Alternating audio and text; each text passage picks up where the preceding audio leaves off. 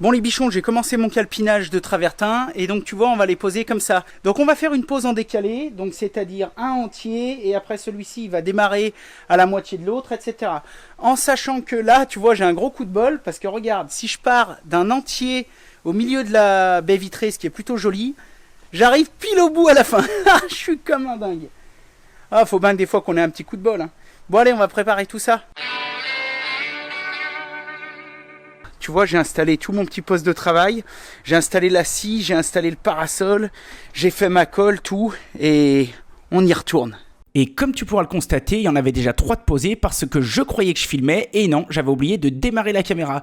Donc là, je commence à encoller la natte et le truc qui est très important quand tu fais une terrasse comme ça par les chaleurs, parce que là, il faisait juste 250 degrés, c'est d'encoller un seul carreau à la fois. Pas question d'en préparer 3 mètres carrés. Tu n'auras même pas le temps de poser le premier que la colle, elle croûterait déjà. Donc, je beurre l'arrière de tous les carreaux, je peigne avec un peigne de 20. Pavilift, ça vraiment c'était le top pour ce genre de chantier parce qu'avec des formats comme ça sinon c'est juste ouf. Et nettoyage au fur et à mesure, un petit coup de maillet et vraiment ça va impeccable. Impeccable, faut le dire vite, puisque vu la taille des dalles de travertin, je te laisse imaginer le poids qu'elles font. J'ai d'ailleurs été obligé de mettre ma ceinture pour le dos, parce que là, c'est vrai que tout seul, c'est quand même une aventure.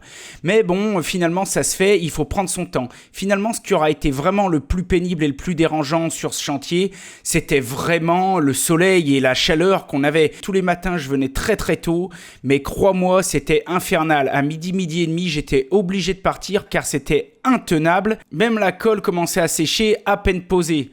Donc dans ces cas-là, il vaut mieux venir de bonne heure le matin et partir de bonne heure. Je remercie aussi sincèrement les collègues de chez Sidamo qui ont eu la gentillesse de me prêter pour le chantier la dernière Pressicote 250. Alors c'est sûr que je suis super content moi de ma petite DeWalt qui peut éventuellement de temps en temps couper un carreau de 90-60, mais là on est loin de l'exceptionnel, on était plutôt sur une terrasse de 60 mètres carrés et dans ces cas-là, il faut vraiment de l'outillage adapté. J'ai été ravi de cette scie et encore une fois, eh bien, je les remercie sincèrement.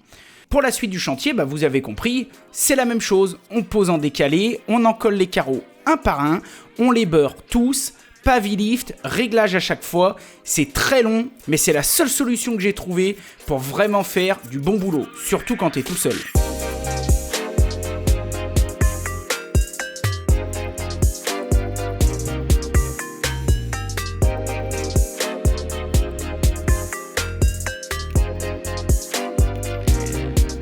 J'arrête pour aujourd'hui, j'en peux plus, c'est un truc de débile ce soleil, c'est juste ouf et puis de toute façon même pour l'école et tout c'est pas bon. Donc je suis là depuis 6h30 par là, 6h30, 7h. Bon entre temps j'ai mis en place la scie à eau, j'ai tout installé comme tu la vois là-bas la scie d'amo. J'ai fait les premières coupes avec, elle va vraiment bien, je t'en parlerai un peu plus. J'en ai fait quand même pas mal. Donc je suis quasiment jusqu'au poteau. En sachant que j'ai fait, allez on va dire 3-4 remplins et après voilà. Mais c'est long, c'est dur, c'est lourd, tout seul. Donc bon, on va pas chialer, on va y arriver quand même. Mais là, il va me falloir, à mon avis, pour la finir, encore au moins 4-5 jours. Surtout les journées que je fais, je peux pas faire plus là. Je sais pas, il doit faire 37 degrés là, 36-37. Et encore, je fous pas un thermomètre par terre contre la natte, hein, parce que c'est juste débile. Donc bon, même pour les produits, ça rime à rien. Donc demain matin, je vais faire pareil, je vais venir un peu de bonne heure. Et puis, je ferai ce que je peux. Et puis voilà, ça durera le temps que ça durera. Ce qu'il faut, c'est que ce soit bien fait. Il est 5h10, je crois. Je suis fracassé parce que j'attends Stéphane et Greg. Et on va sur notre chantier de terrasse, là. Allez, tchuss. Greg, il a payé les pains au choc. C'est une bonne idée. Et mon Stéphane, on est en train de boire le café et après, feu à volonté. C'est parti.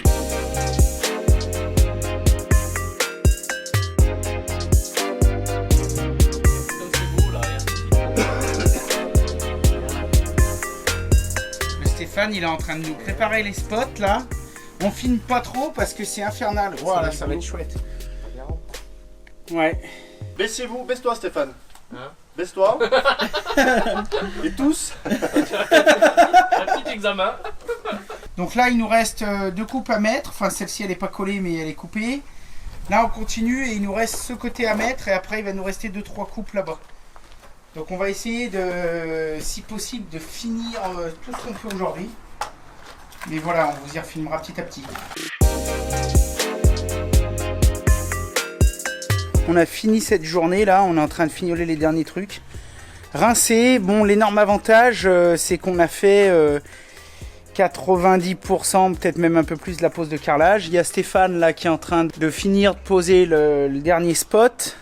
Puis il y a Greg qui est en train de nettoyer le sac de colle là-bas. Puis tu vois la petite machine là, tu sais, le petit dumper là que j'ai, bah tu vois, il est convertible, on peut enlever la benne et s'en servir de transporteur. Donc là, ça nous aide pas mal pour les travertins.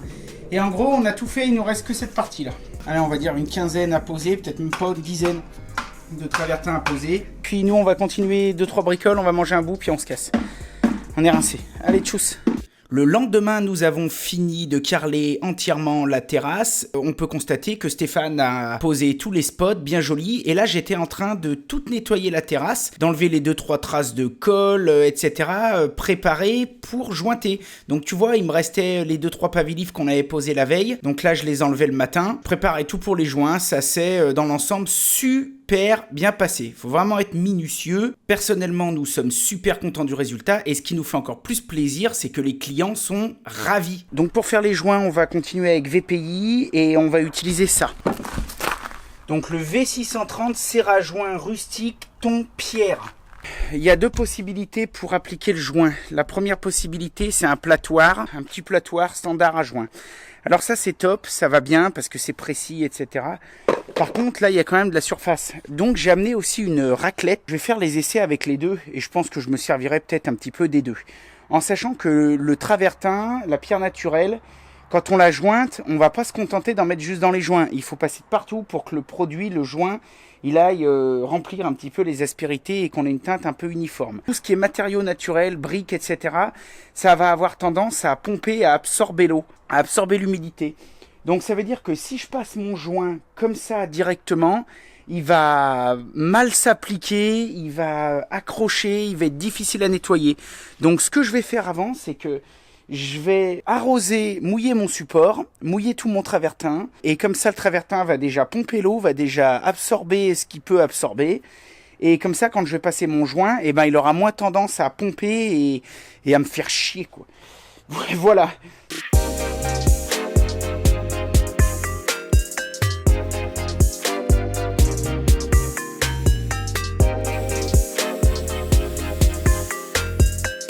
Bon, niveau consistance, il faut qu'il soit quand même un petit peu fluide, un peu liquide, hein, parce qu'il faut que ça passe de partout. Alors, c'est pas de la soupe, hein, mais tu vois, il se tient quand même. On voit quand même 2-3 marques de malaxeur. J'y ai balancé presque 2 arrosoirs d'eau. Donc, un arrosoir, ça fait 11 litres, donc 22 litres d'eau. Et tu vois, le travertin a bu, mais il n'y a presque plus rien dans les joints. Je sais pas si tu vois, mais tu vois, l'eau, elle n'a pas stagné. Elle n'a pas stagné, pourquoi? Parce que dessous, il y a la natte Schlutter, et tout est passé à travers, et ensuite, c'est la natte avec la pente de la terrasse qui va y évacuer vers le bas.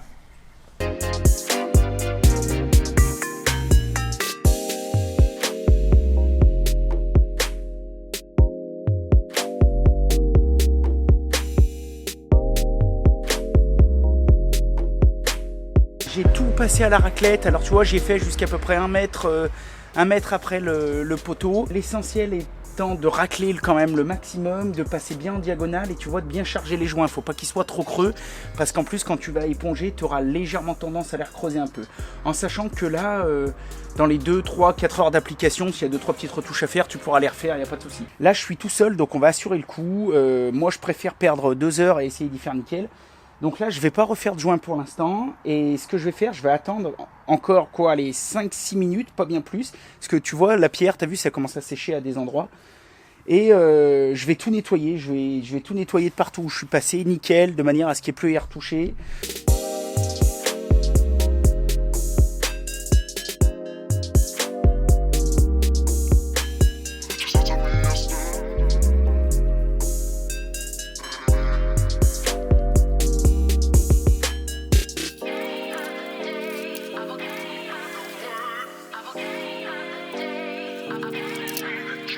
C'est bon, j'ai tout fini, donc je suis plutôt content de moi. C'est assez joli et je vais te faire un petit tour.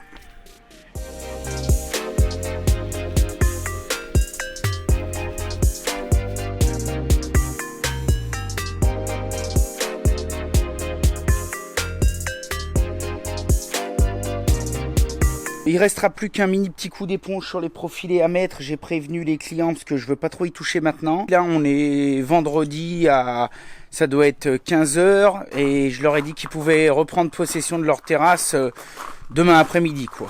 Concernant les joints de dilatation, en fait, je les ai fait en dessous. Donc, il y en a sur la dalle, vous l'avez vu pendant la première partie. J'ai sectionné à plein d'endroits la natte. Donc là, il n'y a pas de souci, c'est pareil. La rupture de joint est reprise. J'ai décidé de pas en faire en surface. C'est mon choix. En fait, il y avait deux solutions. La première solution, c'était de mettre des baguettes toutes faites. J'en ai acheté, je les ai présentées, c'était horrible, on avait avec les clients et tout, laisse tomber pour mettre ça, même franchement j'aurais même pas mis ça chez moi, c'était gros, c'était dégueu, on voyait que ça. Deuxième solution, c'était donc de remplir avec un silicone spray une ligne de temps en temps, et on n'a pas opté pour ça non plus parce qu'en fait on avait fait des essais, et pareil c'était dégueulasse quoi, les joints c'était tout magnifique et de temps en temps tu avais des espèces de lignes de silicone, et puis en plus moi ça je sais pas trop comment ça va bouger dans le temps, etc. Ces silicones, comment ça va tenir, etc. Donc j'ai pris le choix de pas en mettre, et en fait j'ai pris cette décision parce que c'est pas la première fois que je fais une terrasse comme ça. En fait je me suis rendu compte que la pierre ça pardonne tellement de choses, parce que déjà rien que la pierre en elle-même, elle a des trous, elle a des fentes, elle a des fissures, elle a des creux, elle a des bosses. Donc j'ai prévenu mes clients, donc bien sûr c'est sûr et certain qu'il y a sûrement un ou deux endroits d'ici je sais pas 6 mois, 1 an, où ça va fendiller, etc. À ce moment-là, on remettra un petit coup de joint par-dessus et ce sera nickel, ça se verra même pas. Et franchement, je préfère prendre ce risque que j'assume et préserver le côté esthétique, en sachant que depuis le début on a fait de notre mieux, on n'a jamais eu aucun souci. Et bon, les normes, le DTU c'est très très bien et c'est très important, ça permet de donner les bonnes façons de faire, mais il y a aussi la jugeote et puis le bon sens. J'ai envoyé 2-3 photos aux clients, ils sont comme des dingues, ils rentrent ce soir, donc j'ai hâte de voir ce qu'ils vont me dire.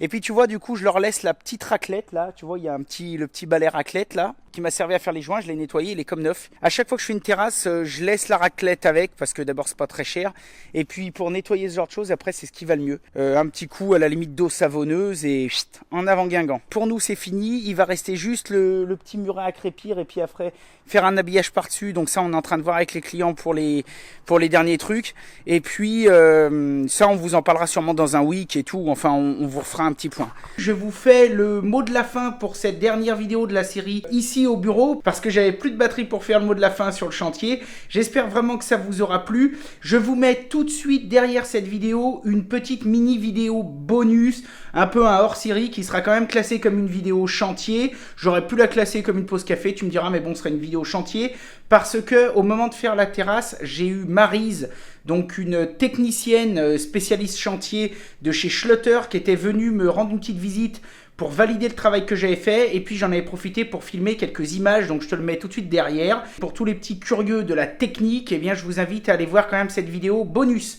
Vous pouvez partager, commenter, je vous invite vraiment à vous abonner et à liker la vidéo, c'est toujours bien et ça fait toujours plaisir. Sur ce, moi je vous dis à la prochaine. Comme d'habitude, soyez créatifs, faites de votre mieux, et si possible, du bon boulot. À bientôt mes bichons, yeah!